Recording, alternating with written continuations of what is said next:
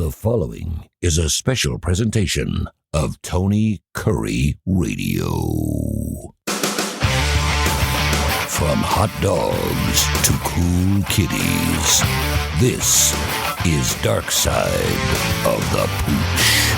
Welcome back to Darkside of the Pooch, along with, of course, Dr. Rab Stewart of the Rossbridge Animal Hospital. I am Tony Kurre. We do Darkside of the Pooch every single week. Info at TonyKurreRadio.net. Info at TonyKurreRadio.net. If you have any questions, we'd love to read them, and we read every question, and we've gotten it all in the last 2 or 3 years. So feel free to go ahead and chime in whenever you get a chance. And today, it being August 26th, you know what today is? I told you earlier. Is it National Dog Day? Today is National and International Dog Day.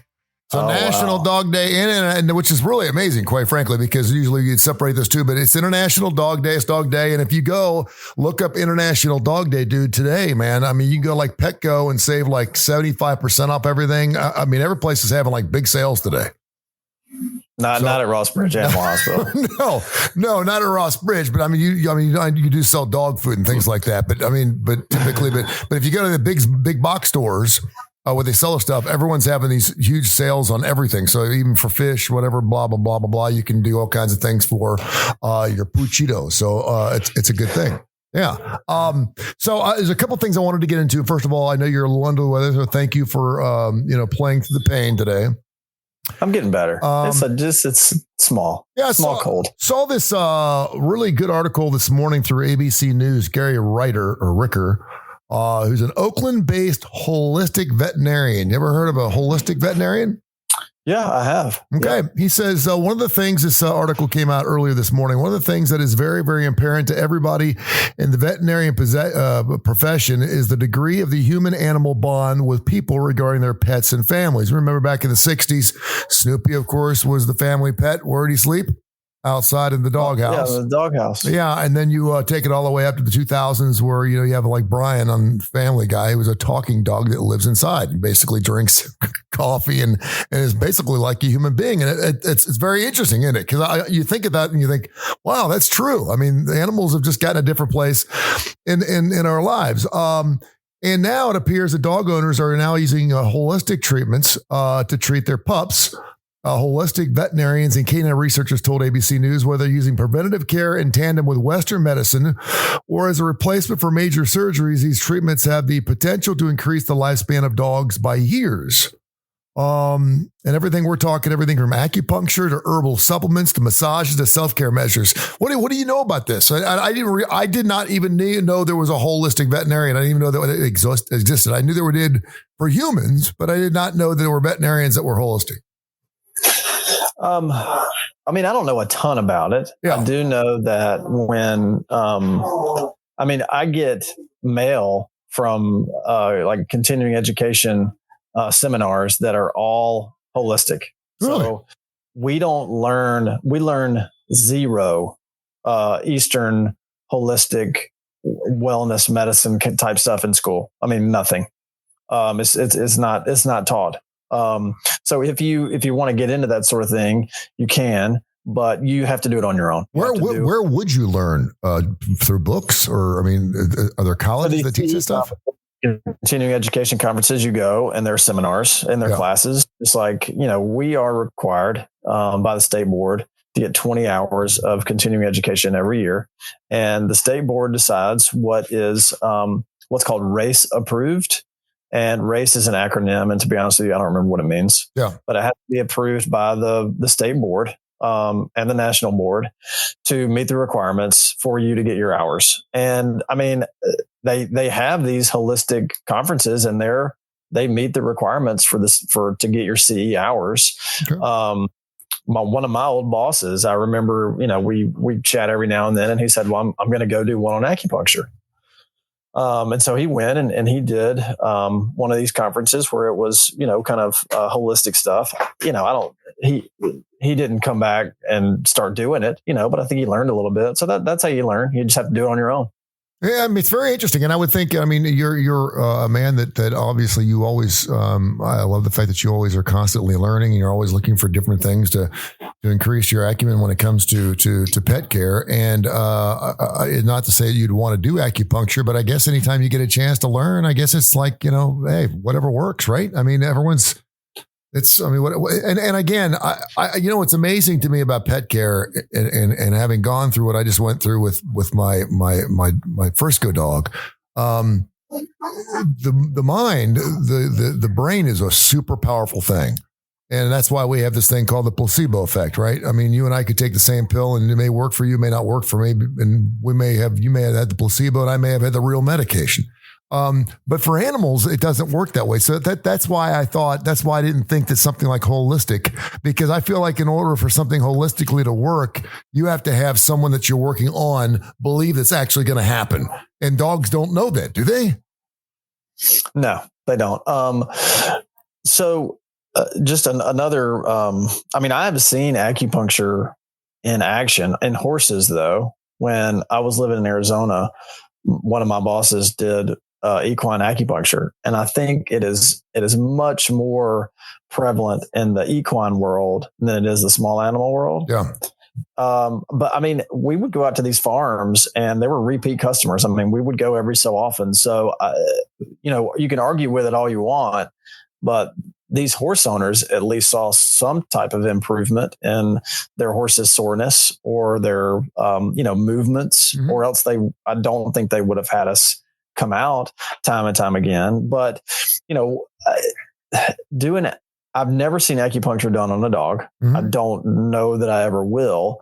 But the thing about horses is they are, the training that horses go through to stand a certain way or run a certain way or treat, cows a certain way, to run after cows and those calves and that sort of thing.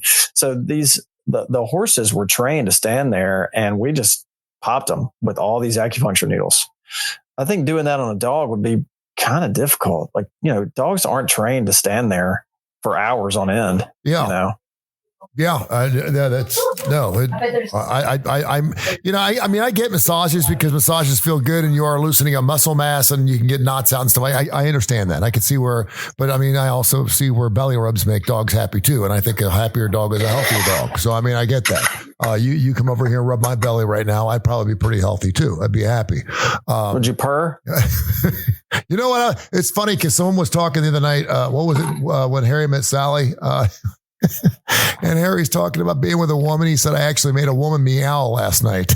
I remember someone brought that up. He's like, I said, how'd your date go there? And he's like, I made her meow. And I was like, that's a great Phil line. No, I have not purred. I think I've moaned. Speaking of moaning. Panted? You panted? I have panted. Yes. Yeah. Yeah. I think it was more of just trying to catch my breath because I think I had to go up a flight of stairs before I took my clothes off. So the last couple months have been kind of crazy around here. We lost our Frisco dog. And so you know what the next phase is, right? When you lose a family pet, what happens? When you got to get a new dog. And so the kids are like dropping subtle hints, boy, we need to have another Australian Shepherd, or we need to have, another Havanese, or what was your first dog you like, blah, blah, blah, blah, blah. And I'm like, listen, right now I've got one dog. He seems to like it. He's laying behind me right now, and he seems to be very, very happy. I know that he was probably bummed out at first. He does sleep in the corner where Frisco's cage was, which I think is really interesting. And I've left his collar out, so he likes to sniff that because it reminds me of him, I guess. But he seems really happy. I have not had any accidents in the house. He has not peed or pooped in the house since Frisco died, which is kind of bizarre because I had an issue going on there. I have spent more time with him now. Because I only have one dog and it's easier to take care of one instead of two. But what is the reasoning? In other words, if you've had two dogs and one dies, is there a reason to get another dog? Is the other dog usually fine? Because mine seems to be really happy being the king of the house. I mean, if you can't see a glaring difference, then no. Yeah. I think some dogs would probably be more sad than others, but you would know. I think that you would know. If he were very, depressed. Yeah. So if he's not, then, yeah. I mean, you hate to be crass about it, but just like there are some people who are very attached and, they mourn certain things and losses and things like that. Let's face it. Some people aren't, they're just not. And I'm sure that variance exists in dogs too. If I had the extra time, there's something very exciting about having a newborn in the house. And that goes for babies too. I mean, really it does. I mean, it's exciting. I mean, there's a part of you, and then you realize, oh my gosh, I have a newborn in the house, whether it's a puppy or a baby, and you're like, it takes a lot of work, and it's a lot of hours. And now that I've kind of got things settled down a little bit, and I got one dog to walk instead of two, which is remarkably easier. I'm enjoying that process. I certainly wish Frisco was still here. I actually thought about him today, and I was kind of like, boy, I wish that dog was here. But he was my barker too, so I don't have anybody waking me up in the middle of the night, which is kind of nice. If I did want to get a replacement dog, is it important to get a dog the same size as the one that passed away, or does it matter the one that's still alive? No, it doesn't matter at all. Okay. You might want to, take Rainer, around, and if you have friends that have other size dogs, and see how he responds to certain size dogs, and see if he, maybe opposes one versus the other. Just kind of see how he's going to react with the other dogs might be a good idea. And that's the one thing that I've noticed about him that is probably one of the best silver linings is whenever I used to take both of them for a walk, he would get in a fight with any other dog that got near either one of them. But when he's alone, he's totally cool. I don't know. I don't know if it's a protective thing over Frisco. I don't know if it's a jealousy thing. I don't know what it was, but whenever Frisco dog was around, he would get in a fight with another dog. So whenever we walked the neighborhood, I'd have to pull him tight. But now when I walk him and there's another dog coming the other way, I can almost let him go and he's fine. He'll sniff him, wags his tail, and walks off. I don't know what that's great. That's all about. It makes things way easier for you, but he was probably protecting Frisco, just a little territorial around his buddy, and maybe he's the territorial one, so even more reason to just test the waters, There you go. Even have a friend if you have a friend with the dog, bring it over to your place. There you go. Darkside the Pooch, brought to you by Rossbridge Animal Hospitals. They do such a wonderful job there. We know about them. It's their show, but also, of course, Sasquatch Toys and Comics. They are absolutely killing it down there in Homewood. They're doing a wonderful job. Comic books, toys, things still open in the boxes. You name it, everything from Star Wars to Legos, they've got it down there. And of course, Ed's Pet World, who's been in business for nearly 50 years. I go down there almost every single week getting stuff for my chinchilla. And I always like to check out some new toys down there. They also have parakeets, birds, all kinds of bearded dragons. They got everything down there. Great fish down there. Just so you know, they get their shipment of fish in on Thursdays. So if you want to go down there and really get your pick of the litter, man, go down to Ed's Pet World on Thursdays. They're open Tuesday, Wednesday, Thursday, Friday, and Saturday. They do a fantastic job. They, of course, bring you Darkside of the Pooch. You want to do some emails?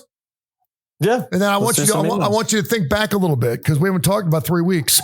A couple of interesting stories that have happened at your store the last couple of weeks. If you've got anything you want to share, okay? I'll rack my brain. All right. Peggy in Huntsville said she's heard of something after a dog passed away called aquamation. What is aquamation? Is this where you cremate them by water? I'm asking you. I don't know. I mean, I looked it up. It's a water-based cremation. Yes. Yeah. But what is that? Okay. I know very little about this. I'm going to tell you what I do know about it.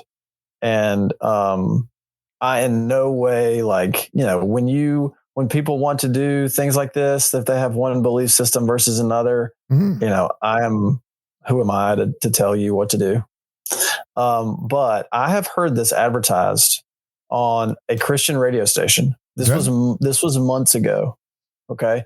But it's for people, and it is for, it's for people who are of the belief that cremation by fire is not biblical, and it is something that is frowned upon. In the Catholic world, it is. In the Catholic world, you're not supposed to cremate. Yes.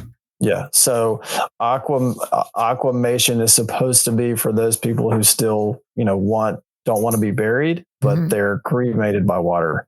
So I have not heard of anyone doing this in dogs. Doesn't mean it hasn't been done or it can't be done. Yeah, it says that aquamation uses water and alkali chemicals instead of flames to break down the remains. Right. At the end of the process, all you have left is bones. Then the bones go into a drying room. Everything gets tracked so they can find everything. And then the leftover water from the process is pathogen free, full of nutrients. It can be used as fertilizer. Or you could just drink it. That's probably what Keith Richards would do. I was waiting for you to say that. I mean, I'm sure there are some cultures that probably do.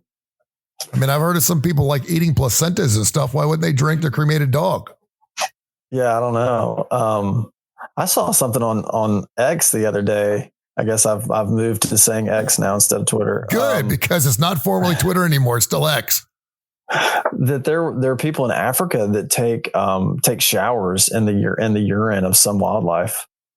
Oh, like it's straight out of the animal. Oh, it's like one of these. Like I can't remember the animal, but it was incredible. Okay, so the animals, it's a golden shower, or is that actually the animal pees and then they take the pee and then they pour it over top of them? So no, it is as it comes out. Yeah, it's supposed to have some medicinal properties for this culture. Okay. I certainly, I've heard from a sadomasochistic situation. I've heard of the golden showers, and I've heard of these things, and I haven't seen any videos or anything like that, but I've heard about it. It's things that everyone laughs about in gym in gym class. When you're in high school or middle school or well, and I've also heard that if the whole myth that if you get bitten by a jellyfish, urine's supposed to, or the iodine in the urine is supposed to take care of the pain. I still don't know if that's true or not, but I've heard that numerous times. So I'm assuming, but I have never, I've always been bitten by a jellyfish somewhere on the upper body. And so I've never had an opportunity, but if I got bit on the foot or something like that, I may take a stab at it and just see if it works. Vinegar? Yeah. Apple cider vinegar seems to work for everything. Use that instead. Info at TonyCurryRadio.net, info at TonyCurryRadio.net. Cliff in Birmingham, recently, there's been a bunch of clear the kennel things going on. I don't know if this is something that's an international thing. I don't know if it happened one day, but it seems like he is hearing a lot of situations where all these shelters, kill shelters and regular shelters are having clear the kennel days. I guess they do, like they'll pick a day and they'll make it special and they try to get rid of every animal they have in the kennel. Do you know what I'm talking about? Clear the kennel days? Yeah, I've tried to do that with my kids. Yeah, there you go. He wants to know, ask Dr. Rab, are there more births of dogs daily or more deaths of dogs daily? And I guess his question being, if we do get every dog adopted, say on one day and every dog was cleared out, would we run out of dogs, or are there constantly more dogs? I think at a point, maybe during COVID, we were actually losing more life than actually gaining. There were less people being born than being killed during COVID because we had such a rash of deaths in our country. But is there always more dogs and less dogs? Like, are there more dogs today than there was yesterday? Yes. Okay. Yeah. Because, if think about people, the human race is growing, exponentially, I guess, it's growing really fast. And we, for the most part, only have one offspring per pregnancy. Yeah. Well, dogs, almost at a minimum, they have 2. Some dogs will have 12 at a time. So when you have a pregnant dog, they don't just have one, they have multiple. So the cats are a whole nother literally animal. And that's why Bob Barker used to plead with people on The Price is Right to have their pets spayed and neutered, because otherwise you're going to be overrun. And humans are only in heat every 9 months, correct? Humans? Yeah. I say in heat. They can only get pregnant every 9 months. Some people are in heat all the time. You can only get pregnant every 9 months. Dogs can get pregnant more than once a year, correct? Yeah. So not only are you having like pups, like 6 or 7 pups, you have a box full of them, but you can also get, like, a woman can't get pregnant twice in a year. I guess you could at the beginning, at the end. I'm not saying that females get in heat, so don't send me emails, please. Info at TonyCurryRadio.net, please. Send them emails. Come on, we'll read them on the air. Send them. Mr. Curry is to say that women are dogs, that we get in heat? No, I did not say that at all. Do not send that to me. Info at TonyCurryRadio.net, info at TonyCurryRadio.net. Tabby wants to know, how do you know if you're cutting your dog's nails right? Well, if they bleed, you're cutting them wrong. Yeah. If you're cutting them too short and they yelp, you're cutting them wrong, correct? Yeah, it's pretty straightforward. If they bleed, you're doing it wrong. Yeah.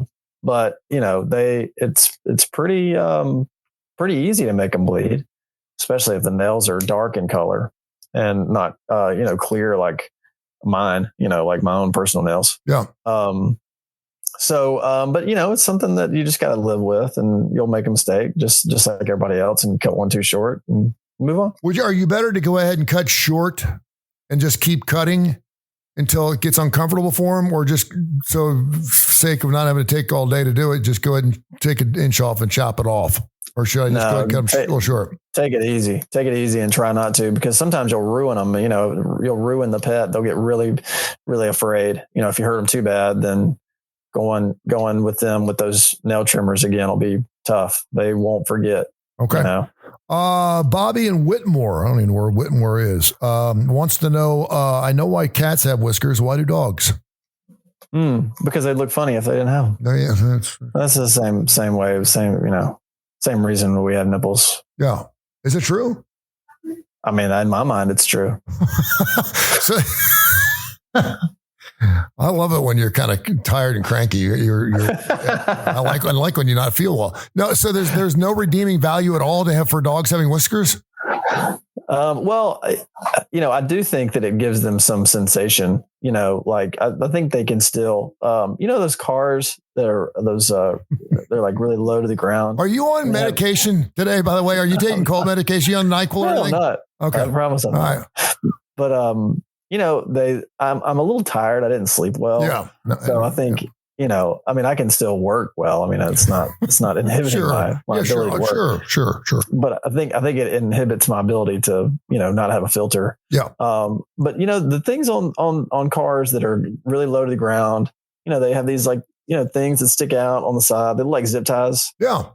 And they're there because because these cars have really nice rims and they're low to the ground, so they're going to scrape curb. Yeah. Well, those things are out there so that if they get too close to the curb, they can hear it. They'll know. They'll hear it.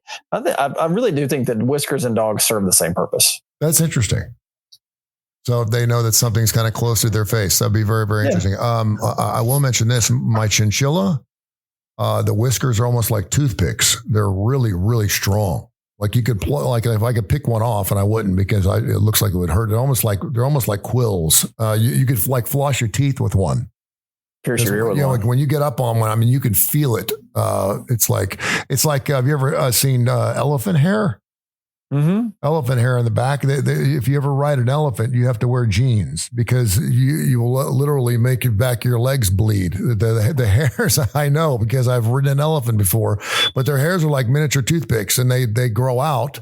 The elephant hair actually grows out quicker than our human hair does, and it falls out by itself. But you have to wear two pairs of pants when you ride an elephant because it's very uncomfortable.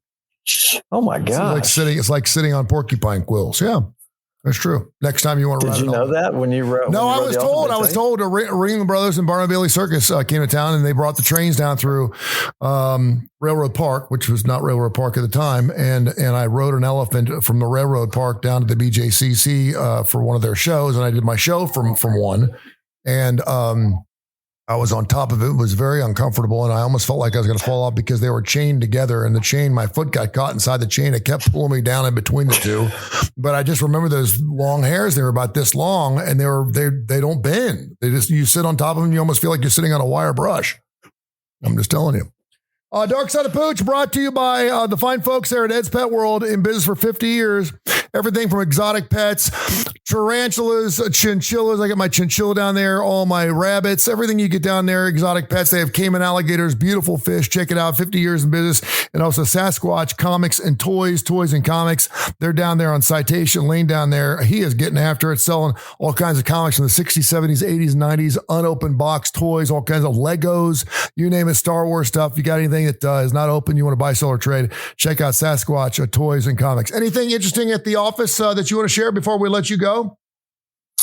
Well, we've had several strange cases lately. People out there probably have some experience with pancreatitis. It's kind of common. thing that dogs get mostly, but cats get it too. And usually it's because they, most often they eat something that may be high in fat, and it just kind of triggers the pancreas to kind of act funny. It gets inflamed. Dogs don't eat. They vomit a lot. Well, we had a dog that actually came in, and we thought it was going to be pancreatitis, so we treated it like normal. Well, it ended up having a pancreatic tumor. Oh, wow. Which, you don't go for that right away. You treat it like you normally would treat a standard pancreatitis. And if you don't get better, then you have to run some more tests. And, if you have a dog that's prone to pancreatitis and it's happening with some frequency, then, maybe have an ultrasound done and be sure that it's not something more involved than just regular run of the mill pancreatitis caused by dietary indiscretion. Okay. I did want to ask you too, and I've been since I've been taking my dog for longer walks, and it's been really, really hot. And I've never had an opportunity to stop walking my dog because I thought it were getting too hot. But he has been pulling me to go into the shade, and then he just lays down and he doesn't fall over, but he lays down. He wants to lay in the shade, so I'll sit there for 10 or 15 minutes, because we'll be a half mile, 45 minutes from the house. But he has been eating a lot of grass. I mean, a ton of grass. I mean, any chance he gets to hit that really tall green grass, he's stopping and eating it. And I know you've always said that you thought maybe they'd be eating grass, so it kind of tickled their throats, so perhaps it would create them to vomit if they weren't feeling well. Same scenario there. If he's taking a long walk and he's getting too hot, or maybe is he telling me something there? He's eating grass when he gets warm? Well, I think they eat grass for two reasons. They're curious about it, either what the consistency is or even what it tastes like, or they do naturally know that if they eat it, they can throw up. Yeah. But he may just be eating it because he's curious about the texture, Yeah. It's cooler. Could be cooler. Yeah. Well, they just, they want to know how, instead of knowing how things feel, they want to know how it, they can't feel with their hands. That's not how they investigate things. They investigate textures with their mouths. Yeah. There you go. All right, Dr. Rab, tell everyone how they can find you. I'm so glad we got a chance to catch up. It's been several weeks. I hope you feel better, but tell everyone how they can get in touch with you. Oh, I feel better just after doing the show. As you should. We made each other laugh a little bit. That was a good thing. Call us 208-0301, or you can email us rossbridgeanimalhospital@gmail.com, or you can occasionally find us on Facebook. And by the way, happy college football season to you. This is the first show since college football kicked off, and I know that makes you happy too.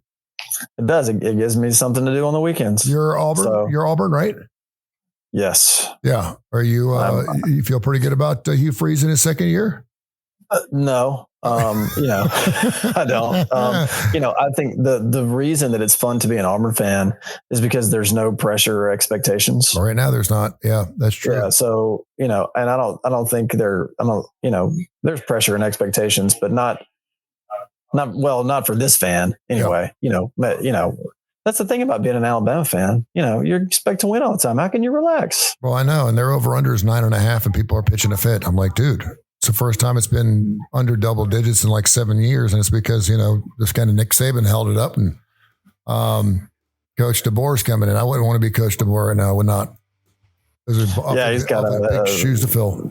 Yeah. I mean, big shoes isn't even the word. It's like, I don't even know what, but he seems like very cool, calm, and collected. But we'll see, because that's a pressure cooker, man.